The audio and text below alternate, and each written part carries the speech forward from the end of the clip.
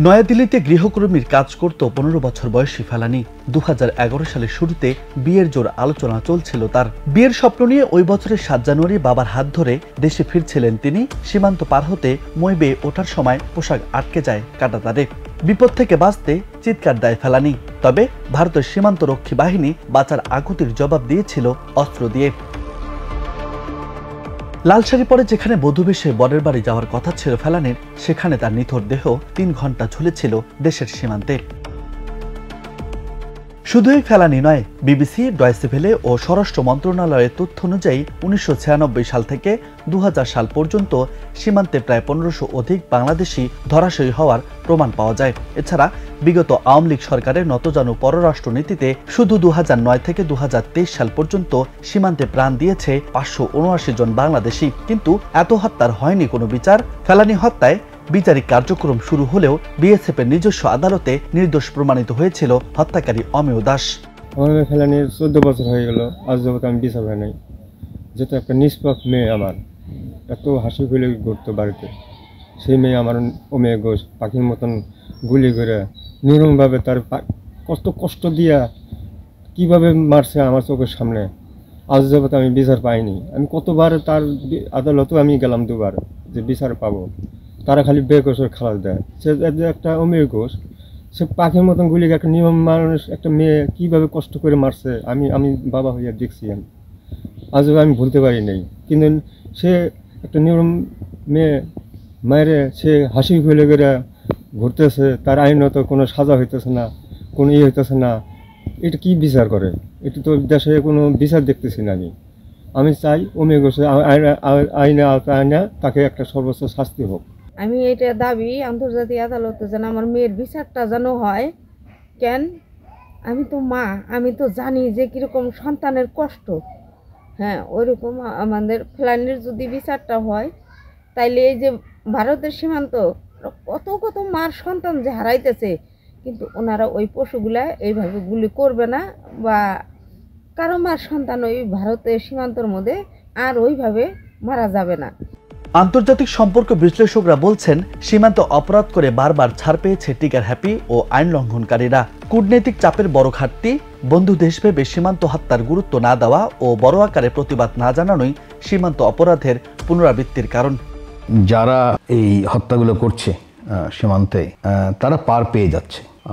আন্তর্জাতিক আইনে শুধু না, ভারতের আইনেও এই কিলিংগুলো আনলফুল এবং এক্সট্রাজুডিশিয়াল। সেই হিসাবে যেই বিচারের যে বিষয়টা, সেটা কখনো বড় আকারে হয়নি। তো সেই জায়গায় আমার মনে হয় ওই যে পার পেয়ে যাচ্ছে, সেই পার পেয়ে যাওয়ার ব্যাপারে বড় আকারে প্রেশার সরকারও পাচ্ছে না, যারা করছে তারাও পাচ্ছে না। এখন এই প্রেশারটা তৈরি করতে হবে। আবার ঠিক একইভাবে আমরা এটা আন্তর্জাতিক পর্যায়েও আমরা নেইনি, এই ভেবে যে যেহেতু ভারত বন্ধু রাষ্ট্র, আমরা দ্বিপাক্ষিকভাবে এটা সমাধান করব। কিন্তু বছরের পর বছর যেহেতু এটা হয়ে যাচ্ছে, তাতেও দেখা যাচ্ছে যে ওই কাঠামোয় আমরা কখনো যাইনি। বছরের পর বছর সীমান্ত হত্যার ইতিহাস বড় হলেও কাগজে কলমে তালিকা নেই নিহতদের। আন্তর্জাতিক পর্যায়েও আলোচনায় আনা হয়নি মানবাধিকার লঙ্ঘনের নজিরবিহীন এসব ইতিহাসের। আমরা এখন পর্যন্ত বড় আকারে ফটোগ্রাফি এক্সিবিশনও করতে পারিনি। এই যে এত লোক মারা গেল, তাদের নিয়েও যদি একটা ফটোগ্রাফি এক্সিবিশন করা যায়, এবং এখন তো যথেষ্ট টেকনোলজি আছে, ইন্টারনেটে ছড়িয়ে দেওয়া যায়, সেই কাজটা হয় না। কিন্তু আমরা বলছি যে ১,০০০ মারা গেছে বা প্রতি বছর এত মারা গেছে, কিন্তু তাদের যে প্রোফাইলিং, সেটাও কিন্তু আমরা এখন মতো করিনি। সীমান্ত অপরাধ সমাধানে শুধু রাষ্ট্রীয় চ্যানেল নয়, ব্যবহার করতে হবে সকল মাধ্যম। সচেতনতা বাড়াতে হবে ভারতীয় জনগণের, পরিবর্তন আনতে হবে সীমান্ত চুক্তিতেও, মনে করেন ডক্টর ইমতিয়াজ। যেই ধরনের জনমত তৈরি করা দরকার ভারতের জনগণের মধ্যে, তাদের যারা বড় বড় হিউম্যান রাইটস অ্যাক্টিভিস্ট আছেন, যারা এগুলো নিয়ে সোচ্চার দেশের ভিতরে এবং দেশের বাইরে, তাদের নিয়ে কখনো বড় আকারে কিন্তু আমি মনে করি না যে আলোচনায় আমরা বসেছি। কারণ ভারতের সরকারের উপর প্রেশারটা ভারতের জনগণই আনতে পারে। সমাধানের ব্যাপারেও আমার মনে হয় নতুনভাবে চিন্তা ভাবনাও করা দরকার। আমি সবসময় বলে এসেছি যে ভারত আর চীন যেভাবে তাদের বর্ডারে 2 কিলোমিটারের মধ্যে দুই পাশে তারা কোনো অস্ত্র আনতে পারে না, সেটা যদি ভারত চীনের বর্ডারে যদি করা যায় তাহলে ভারত বাংলাদেশ বর্ডারে কেন এটা করবে না? যদি চীনের সাথে করা যায় তাহলে সেই ধরনের যদি কাঠামো করা যায় তাহলেও আমার মনে হয় যে এই যেই কিলিংটা হচ্ছে বছরের পর বছর সেটা হয়তো একটা জায়গায় যে হয়তো থেমে যাবে। জুলাই অভ্যুত্থানের পর সীমান্তে ঘুরে দাঁড়িয়েছে বাংলাদেশ, তবে থামেনি হত্যা।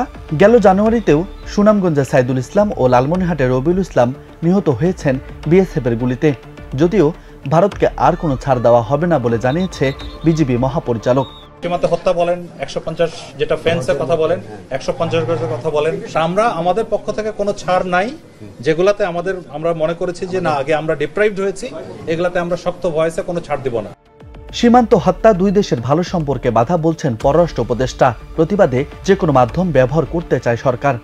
এখানে আমাদের সুযোগ হবে, সেখানে আমরা বলবো যে এটা বাংলাদেশ ভারত সম্পর্কের ক্ষেত্রে একটা অত্যন্ত নেতিবাচক ভূমিকা রাখতেছে। এটা দুই দেশের স্বার্থেই উচিত এটা থেকে বেরিয়ে আসা। এটা ভারতের কোনো উপকার করছে এরকম কাউকে আমি বলতে শুনি না। এদিকে সীমান্ত হত্যা বন্ধ না হওয়ার সবচেয়ে বড় কারণ হিসেবে রাজনৈতিক ইচ্ছার ঘাটতি বলে মনে করেন নিরাপত্তা বিশ্লেষকরা। রাজু আহমেদ, বার্তা 24।